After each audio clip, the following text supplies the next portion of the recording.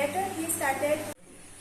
নমস্কাৰ মই সংগীতা গগৈ নাজিৰা গ্ৰাম্য মণ্ডল সমল কেন্দ্ৰৰ সমন্বয়িকা আজি 25 তাৰিখ মেৰ 215 নং চানবছা প্ৰাথমিক বিদ্যালয়ত নাজিৰা গ্ৰাম্য মণ্ডল সমল কেন্দ্ৰৰ উদ্যোগত শিক্ষক শিক্ষয়িত্ৰী আৰু ছাত্ৰ ছাত্ৰীৰ সহযোগত এখন পঠন প্ৰতিযোগিতা আয়োজন কৰা হৈছিল।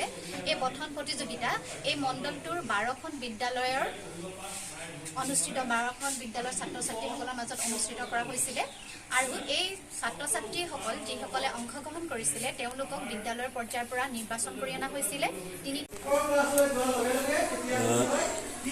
নাজিৰা শিক্ষাখণ্ডৰ অধীনত নাজিৰা গ্ৰাম্য সমল কেন্দ্ৰৰ অন্তৰ্গত থকা 12খন বিদ্যালয়ৰ ছাত্ৰ ছাত্ৰীৰ মাজত এই যে প্ৰথম প্ৰতিযোগিতাৰ আজি আয়োজন কৰা হ'ল, এইটো এটা খুব প্ৰশংসনীয় এটা পদক্ষেপ লৈছে।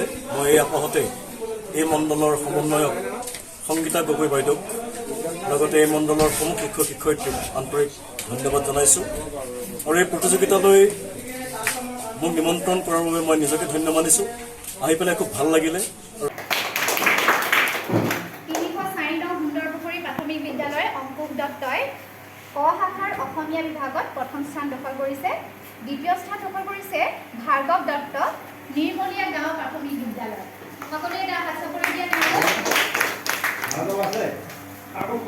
পূৰৱ গগৈ চেলেং পথাৰ মধ্য ইংৰাজী বিদ্যালয়। পূৰৱ গগৈ তৃতীয় স্থান দখল কৰিছে। বেছিক বিদ্যালয়ৰ উপাসনা গগৈ উদগনিমূলক হিচাপে স্থান লাভ কৰিছে। তেওঁ যদি উপস্থিত আছে আমাৰ CRCC মহোদয়ৰ পৰা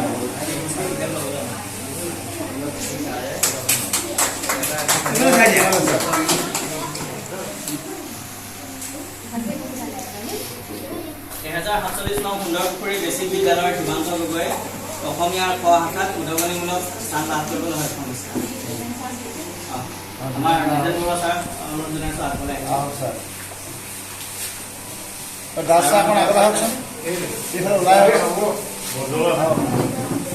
জয়সাল ছাৰ আগলৈ আহকচোন, দেখিলে আহক।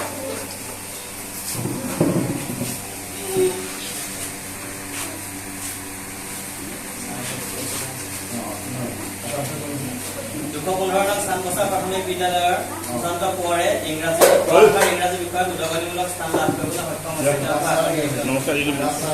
আমাৰ জানুচন্দ্ৰ দাস ছাৰৰ পৰা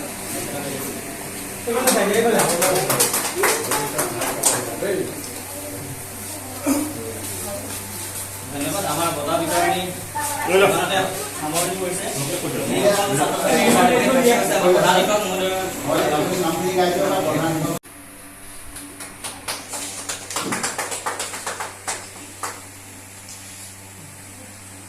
অনুভৱ কৰিছে আমি সকলোৱে জানো। এতিয়া কোৱাচোন তোমালোকে কিয় পঢ়িব লাগে বাৰু? খাই লোৱা, তোমাক দুইটাই খাই লোৱা দেই। গম পাইছো কাৰ কিমান বেছি আছে দেখুৱাই আছে। একো নাই, প্ৰথমটো পঢ়াটো কিমান গুৰুত্বপূৰ্ণ। পঢ়িলে কি হয়? পঢ়িলে কি হয় বাৰু? কি হয়? ডাঙৰ মানুহ হয়। ইমান ডাঙৰ হয়? এনেকুৱা হয় নে নহয়? হয় নে নহয়? পঢ়িলে ডাঙৰ হয়। পঢ়িলে কি ডাঙৰ হয় জানানে? পঢ়িলে আমাৰ জ্ঞান পঢ়িব লাগিব, যিমান খৰকে পঢ়িব লাগিব আৰু একদম শুদ্ধ হ'ব লাগিব। য'ত গাড়ী আছে তাত ৰ'ব লাগিব, কমাত ৰ'ব লাগিব, তেনেদৰে পঢ়িব লাগিব। আৰু তেতিয়া তোমালোকৰ কি হ'ব? পঠনটো ভাল হ'ব আৰু তোমালোকে পুৰস্কাৰ পাব। মই আশা ৰাখিছো তোমালোকে এনেদৰে পঢ়িবা। পঢ়িলে কি হ'ব? আমাৰ ৰিডিং স্কিল আৰু পঠনৰ যিটো কৌশল বৃদ্ধি পাব আৰু সুন্দৰভাৱে আমি পঢ়িব পাৰিম। বাতৰি পঢ়া মানুহ দেখিছানে তোমালোকে টিভিত? দেখিছে না? ৰেডিঅ'ত বাতৰি পঢ়া শুনিছা নাই? চোৱাচোন, ৰেডিঅ'ত কৈ থকা কথাটো আমাৰ মুখৰ আগত কৈ থকা লিখা লাগে নাই বাৰু? আমি শুনি থাকো ইমান সুন্দৰকে তেওঁলোকে কয়। টিভিত পঢ়া মানুহবোৰে ইমান সুন্দৰকে কৈ থাকে, ল'ৰাটা পঢ়ি থাকে ন। এই পঠনটো আমি তেতিয়াহ'লে কি ক'লে ভাল কৰিব লাগিব। তাৰপিছত আৰু এটা গুৰুত্বপূৰ্ণ কথা হ'ল, পঠনে কি কৰে জানে? আমাৰ যেতিয়া কেতিয়াবা বেয়া লাগে, অকলে থকা যেন লাগে, কিন্তু কিতাপে বা পঠনে আমাক কি কৰে? সংগ দিয়ে। কি কৰে? আমাক লগ দিয়ে। যেনেকে তোমালোকে লগৰ ল'ৰাৰ লগত থাকি ভাল পোৱা নাই? এটা সময়ত যেতিয়া ডাঙৰ হ'ব লগৰ ল'ৰা নাথাকিব পাৰে, তেতিয়া তুমি যদি এখন ভাল কিতাপৰ লগত থাকা, ভাল কিতাপ পঢ়া, তেতিয়াহ'লে তোমাৰ কাৰণে আটাইতকৈ ডাঙৰ লগ হ'ব বা সংগ হ'ব। কি হ'ব কৈছো? লগ বা সংগ হ'ব। কেলে? লগৰ ল'ৰা আঁতৰি যাব পাৰে, কিন্তু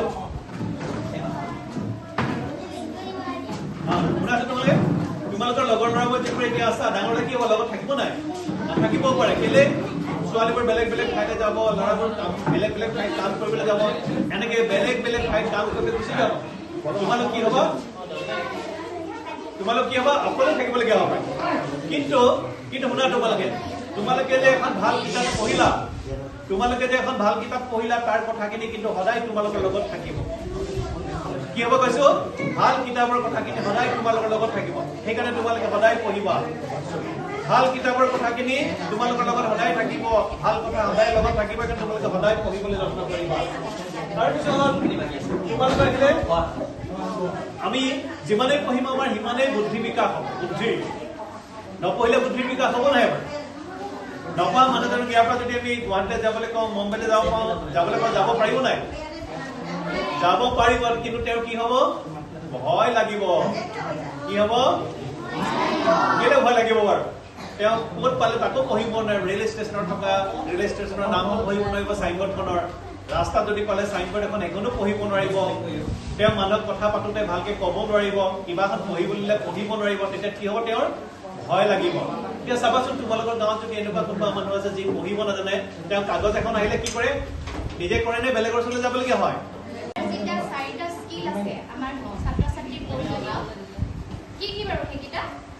প্ৰথমটো হৈছে শ্ৰৱণ। তাৰমানে কি? শ্ৰৱণ মানে শুনা, হয়নে নহয়? দ্বিতীয়টো হৈছে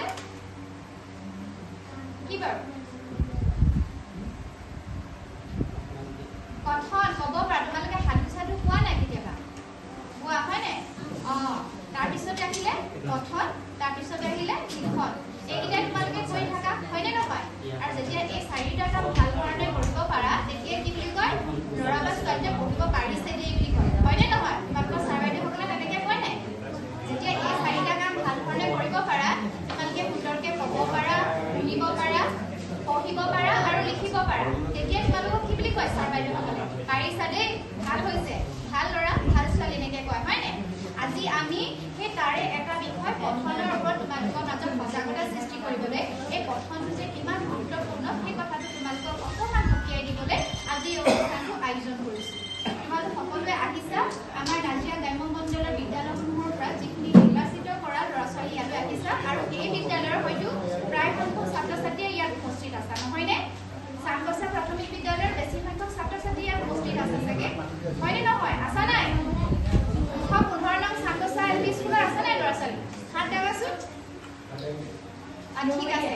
যিসকলে ইয়াত অংশগ্ৰহণ কৰিবা তেওঁলোকেতো ধুনীয়াকে শুনি যাবাই বাকীসকলৰ কেনেধৰণে পঢ়িছে, লগতে বাকীসকলেও তোমালোকে যিসকলে অংশগ্ৰহণ নকৰা তেওঁলোকেও ভাল ধৰণে চাবা, শিকিবা দেই। আমি ইয়াৰ পৰা এটা অভিজ্ঞতা হ'ব, আমি পৰৱৰ্তী সময়ত তোমালোকেও অংশগ্ৰহণ কৰিবলৈ পাবা। নিশ্চয়কৈ তোমালোকৰ ভাল হ'ব বুলি ভাবিছোঁ, আৰু সেই ভাবি আমি এই অনুষ্ঠানটো আয়োজন কৰিছোঁ। আৰু এটা কথা চোৱা, আমি এতিয়া ইয়াতে বহি খুব গৰম অনুভৱ কৰিছোঁ, নহয়নে? আমি ইয়াতে বহি আছোঁ, এই ছাঁত আছোঁ, বহুত গৰম।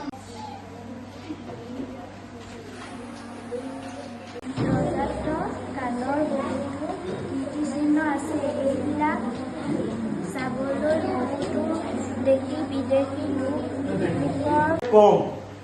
এতিয়া এটা কথা মন কৰিবা, তাত গ্ৰামেটিকেল কোনো মিষ্টেক হ'লেও কোনো ভুল বা ধৰিবলগীয়া কোনো কথা নাই। He go school by bus, he go to school by bike বা বাছ বাই চাইকেল, কিন্তু হি গো নহয়। কিন্তু যেতিয়া আমি লিখোতে কি হয়? He goes to school by bus. তাত গ্ৰামেটিকেল মিষ্টেক হ'ব নালাগিব। এই লিখিত যিটো ভাষা, যিটো আমি লিখোঁ, সেইটো ষ্টেণ্ডাৰ্ড লেংগুৱেজ বুলি কোৱা হয়। কি লেংগুৱেজ কোৱা হয়? মান্য ভাষা। কি বুলি কোৱা হয়? Standard language. কিন্তু কথিত ভাষাটোক ষ্টেণ্ডাৰ্ড লেংগুৱেজ বুলি নকয়। মই গৈ পিনি, মই খাই পিনি, মই গছকি পালোঁ, মই ৰখি থাকিলোঁ, এইবিলাক কোৱা ভাষা আমাৰ।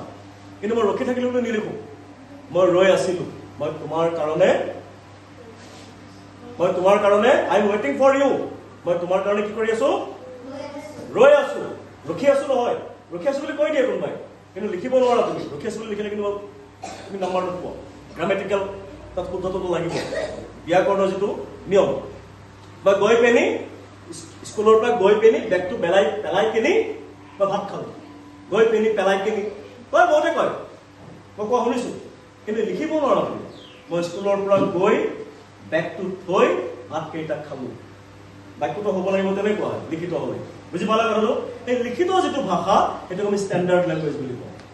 লিখাটো কিন্তু একদম শুদ্ধ কৰিবা আৰু পঢ়োতে একদম শুদ্ধকৈ পঢ়িবা। কিন্তু কওঁতে